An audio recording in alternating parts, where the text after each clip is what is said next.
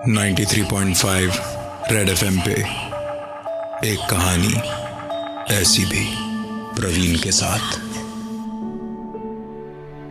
छुट्टियों का भी अपना अलग मजा है।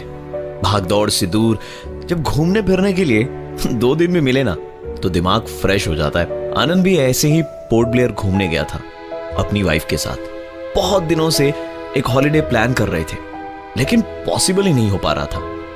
जैसे ही लॉन्ग वीकेंड मिला दोनों निकल पड़े और सुबह पहुंच के वहां होटल में चेक इन किया ही था कि आनंद का फोन बजा।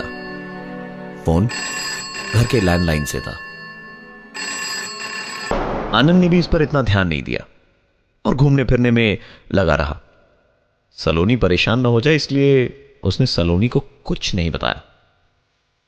सारा दिन घूम फिर के थके हारे सोने जा ही रहे थे कि आनंद का फोन एक बार फिर बजा। दोबारा घर के लैंडलाइन से ही था और इस बार दूसरी तरफ खामोशी नहीं थी। इस फोन कॉल पे उसे दूसरी तरफ से सांसों की आवाज सुनाई दे रही थी। आनंद ने हड़बड़ में फोन स्विच ऑफ कर दिया। अगले दिन सुबह जब फोन स्विच ऑन किया तो करीबन 15 मिनट के बाद फोन एक बार फिर से बजा और फोन घर के लैंडलाइन से ही था। आनंद ने फोन उठाया तो उधर से एक आवाज आई, मुक्ति दो राजा। इस बार आनंद ने बिना टाइम वेस्ट किए सलोनी को अब तक घटी सारी बात बताई और दोनों अपने घर की ओर निकल पड़े। घर पहुंच के दरवाजा खोला तो सामने दीवार पे लिखा था, मुक्ति दो राजा।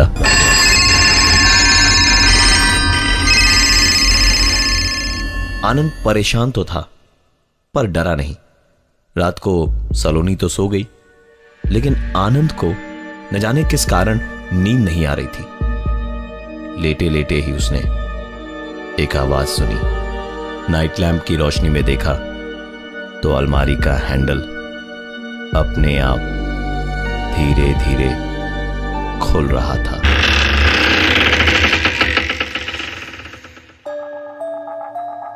नाइन्टी 93.5 रेड एफएम पे एक कहानी ऐसी भी, प्रवीण के साथ। आनंद और सलोनी पोर्ट ब्लेयर घूमने गए एक लॉन्ग वीकेंड की छुट्टी मनाने।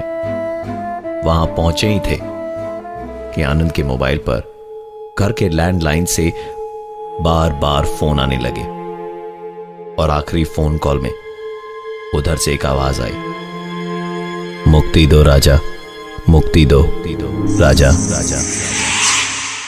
आनंद और सलोनी के अलावा इस घर में और कोई नहीं रहता था, इसलिए परेशान होकर दोनों वापस घर पहुंचे। घर पहुंचे तो घर की दीवारों पर कई जगह लिखा था, मुक्ति दो राजा।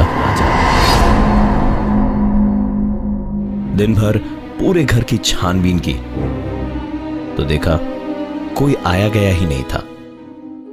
पास में रहने वाले दोस्त रवि से दोबारा पूछा तो उसने भी बताया कि किसी भी तरह की हलचल ना उसने देखी ना सुनी। रात को जब आनंद और सलोनी सोने गए तो आनंद ने लैंप की रोशनी में देखा कि उसकी अलमारी का हैंडल अपने आप धीरे धीरे खुल रहा था। आनंद उस अलमारी के हैंडल को देख ही रहा था कि उसका मोबाइल बजा। नंबर देखा तो एक बार फिर नंबर हॉल में रखे उसके लैंडफोन का था। आनंद उठ के हॉल में गया तो देखा फोन वैसे का वैसे ही पड़ा है। उसने फोन उठाया तो दूसरी तरफ से आवाज आई, मुक्ति दो राजा। इस बार आनंद अपना पेशेंस खो बैठा था। फोन की लाइन डिस्कनेक्ट कर उसने पीछे से तार निकाला और कहने लगा, तुम जो कोई भी हो मैं तुमसे डरता नहीं। हॉल से गुजरते हुए आनंद वापस कमरे के अंदर गया। कमरे में गया तो अलमारी खुली पड़ी थी। उसने सलोनी को जगा के पूछा कि ये अलमारी तुमने खोली? सलोनी ने कहा, नहीं तो। आनंद उस अलमारी की तरफ आगे बढ़ा और अलमारी का दरवाजा बंद करते हुए बोला, मैंने कहा ना कि मैं डरने वालों में से नहीं हूं। तुम जो कोई भी हो, मैं तुमसे नहीं डरता। आनंद अलमारी के दरवाजे को बंद करके बिस्तर पे लेटा ही था कि वो फोन जिसकी लाइन थोड़ी देर पहले वो डिस्कनेक्ट करके आया था, वो फोन बज उठा। 93.5 रेड एफएम पे एक कहानी ऐसी भी, प्रवीण के साथ। आनंद और सलोनी जब पोर्ट ब्लेयर घूमने गए एक लॉन्ग वीकेंड के लिए, तो वहां पहुंचने के बाद उनके फोन पर उनके घर की लैंडलाइन से कई बार फोन आए और उधर से आवाज आई, मुक्ति दो राजा। परेशान होकर दोनों घर पहुंचे तो वहां घर की दीवार पर कई जगह लिखा था, मुक्ति दो राजा। सलोनी रात को सोने चली गई, पर आनंद को नींद नहीं आ रही थी। उसने लैंप की रोशनी में देखा कि अलमारी का हैंडल अपने आप धीरे धीरे नीचे की ओर जा रहा है और अचानक हॉल के लैंडलाइन से फोन आया, जबकि लैंडलाइन वैसे का वैसे ही रखा हुआ था। फोन उठाया तो आवाज आई, मुक्ति दो राजा, मुक्ति दो राजा। इस घटना के बाद आनंद की आंख कैसे लगी उसे कुछ पता नहीं। जब आंख खुली तो देखा कि वो डाइनिंग टेबल पे ही सो गया था। कैसे, कब, उसे इस चीज की कोई जानकारी नहीं थी। ऑफिस जाने में देर हो चुकी थी।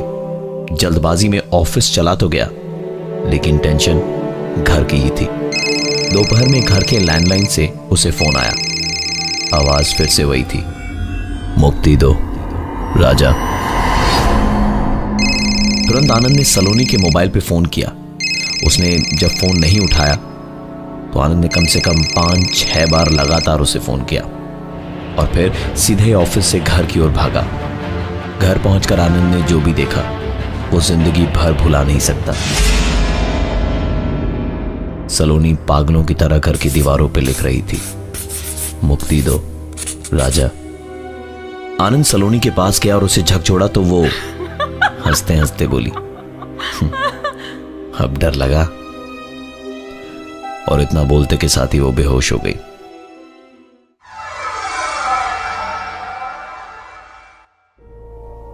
आनंद उसे उठाकर बेडरूम में ले गया और तभी हॉल में रखा लैंडफोन बज उठा।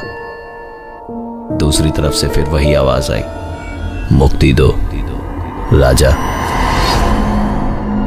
कमरे में दौड़ता हुआ वापस गया तो देखा सलोनी पलंग पे सर झुकाए बैठी थी और उंगली अलमारी की तरफ उठाए हुए थी। यह अलमारी आनंद ने एक एग्जीबिशन से बड़े ही शौक से खरीदी थी और यही कारण बनी उसकी जिंदगी की सबसे बड़ी परेशानी का। 93.5 रेड एफएम पे एक कहानी ऐसी भी, प्रवीण के साथ। आनंद और सलोनी के साथ हो रही थी उन्हीं के घर में अजीब घटनाएं। पहले देर रात, फिर किसी भी समय घर के लैंड फोन या आनंद के मोबाइल फोन पर कॉल आता और सामने से सुनाई देती बस एक ही आवाज, मुक्ति दो राजा। आनंद की परेशानी तब और बढ़ गई जब उसकी बीवी पागलों की तरह पूरे घर में चौक से लिखती, मुक्ति दो राजा। और एक दिन कमरे में पागलों की तरह पलंग पर बैठकर उस अलमारी की तरफ इशारा कर रही थी जो आनंद ने बड़े शौक से एक एंटीक फर्नीचर्स के एग्जीबिशन से खरीदी थी। पूरी अलमारी में खोजबीन करने के बाद भी जब आनंद को कुछ नहीं मिला तो उसने गुस्से से अलमारी पर लात मारी कि तभी एक आवाज आई, जैसे अलमारी में नीचे के खाने में कुछ बंद हो। इस पुरानी अलमारी में नीचे की तरफ एक खांचा बना हुआ था। वो खोलने पर उसमें से एक डब्बा निकला। उसमें शतरंज की गोटियां थी। सारी गोटियां ठीक थी सिवाय राजा वाली गोटी के। ये गोटी थोड़ी सी अलग लग रही थी। आनंद की परेशानियां बढ़ती जा रही थी। सलोनी लगभग पागल सी हो चुकी थी। रोज कुछ ना कुछ होता जो आनंद को और ज्यादा परेशान कर देता। साइकियाट्रिस्ट, डॉक्टर, सबको दिखाया पर कोई फायदा नहीं। घर की पूजा भी करवाई लेकिन फायदा नहीं हुआ। फिर किसी ने एक तांत्रिक बाबा के बारे में बताया। दोस्त के सुझाव पर उस तांत्रिक को घर पे बुलाया गया। उन्होंने शतरंज की गोटियों को देखा तो राजा की गोटी को देखते ही बोले, यही है आपकी समस्या की जड़।